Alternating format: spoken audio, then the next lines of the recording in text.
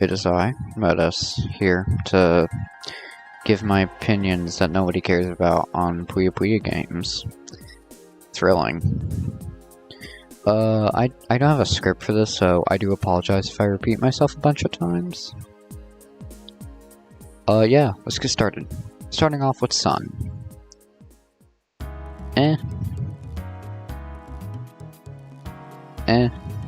It's fine, I guess. I think my problem is that the cutscenes aren't that terribly enjoyable to me. I mean, like, yeah, they're funny, like a one where Arl Witch literally tangle around the tree is pretty funny.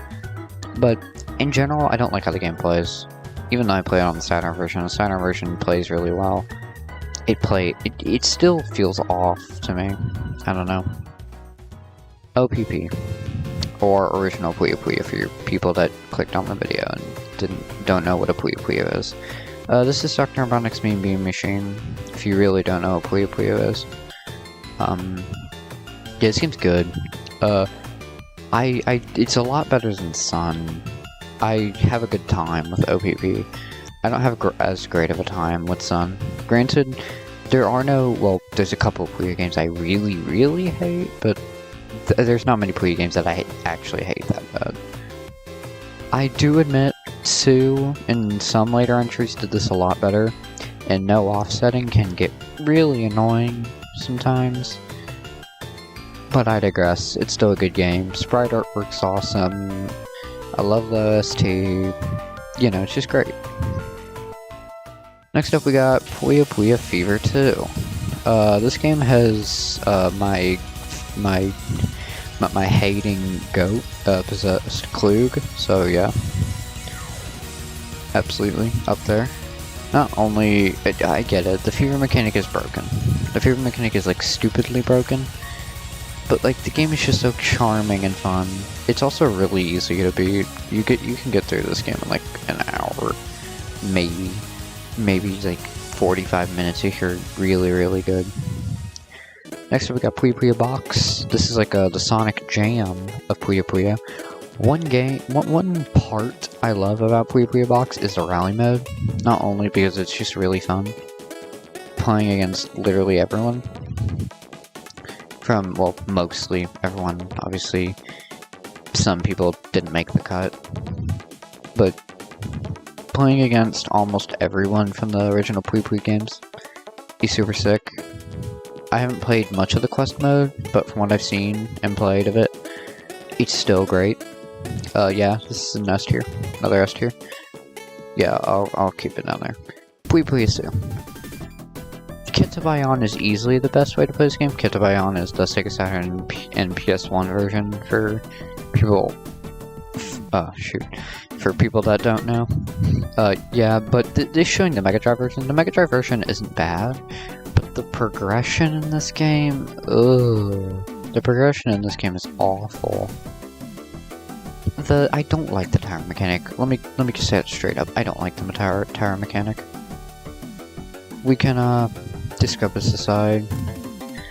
If you just, like, play Kitabayon and scrub that aside, you know, you have the best version of Puyo Puyo.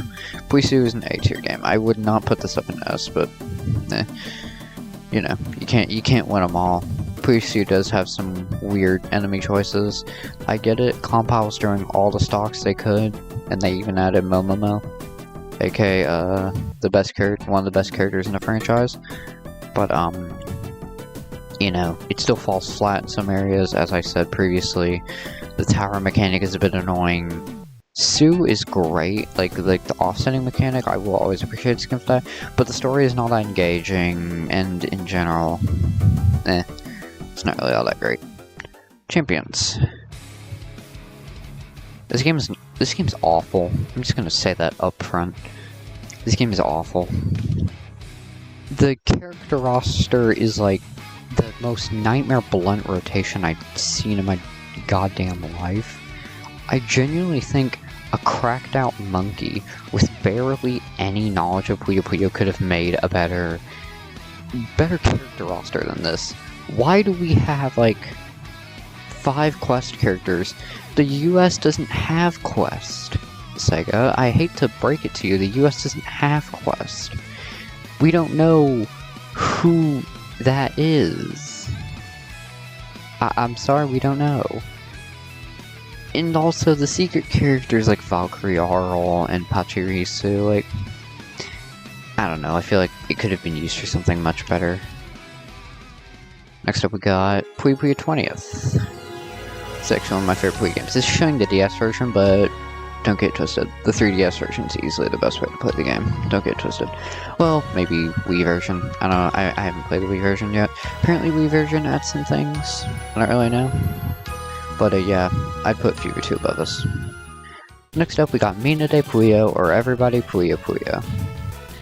This game was one of the two games, well, it didn't release alongside, I think it released a little earlier or a little after Puyo Pop Fever.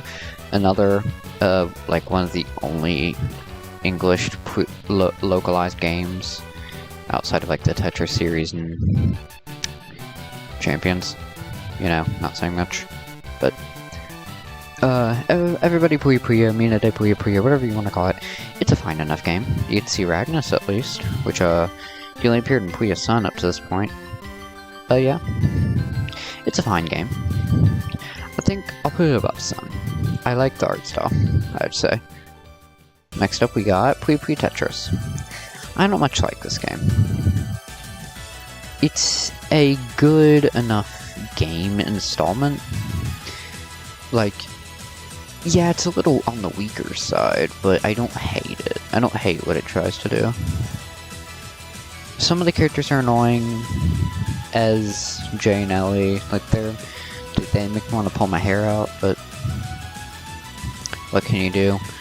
So yeah, the gameplay also isn't that thrilling, I have to say, and the story as well. Story ain't that thrilling at all. I'd probably put that in C. You know, yeah, I'll put it up in B. I'll put it above OPP. Puyo Puyo 7. I used to hate this game. Probably because I really didn't like Ringo at first. Now she's like top 5 character in the franchise. For me, at least. But this game oozes charm. It's really fun. Eklo is a great villain here. I have to admit, like, I don't much care for Eklo, but he's pretty cool. I gotta say, he's pretty cool. But Puyo Puyo 7 is a great game. I love the changing mechanic. You know, I love almost everything it does. The story is great, of course. It's funny. It's got the charm. You know, it's got Ringo. She's great in this game. So yeah, I'd actually have to knock this up an S here. Surprisingly enough. Next up, we got Puyo Pop Fever. This is one of my favorite games of all time. Infinitely replayable. Let me just get that. Let me just put that off of my chest. This is infinitely replayable.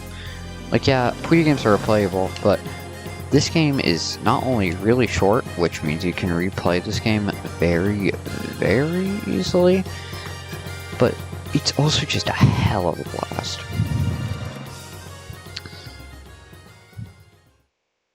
Oh god. I'm not even gonna talk about why I hate this game.